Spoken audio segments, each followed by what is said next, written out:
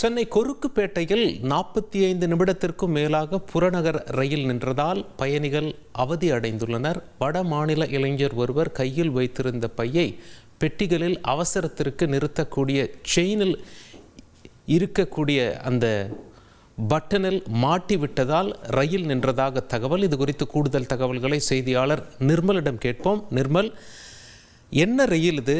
45 நிமிடமாக நிற்க காரணம் என்ன? ரயில் தற்பொழுது மீண்டும் இயக்கப்பட்டதா? வணக்கம். சென்னை சென்ட்ரலிலிருந்து கும்மிடிப்பூண்டி வரை செல்லக்கூடிய புறநகர் ரயிலானது கொருக்குப்பேட்டை ரயில்வே கிராசிங்கில் சுமார் 45 நிமிடங்களுக்கு மேலாக நின்றுள்ளது.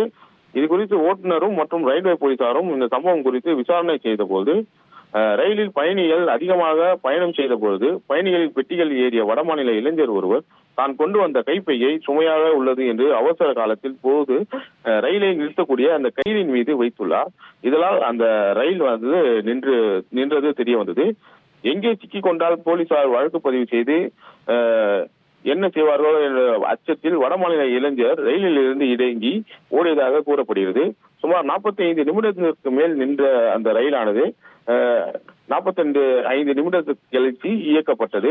இதனால் கொருக்குப்பேட்டை ரயில்வே கிராசிங்கில் இருபுறமும் செல்லக்கூடிய வாகனங்கள் ஆங்காங்கே 45 நிமிடங்களுக்கு மேலாக நின்று கொண்டிருந்ததால் போக்குவரத்து பாதிப்பு ஏற்பட்டது.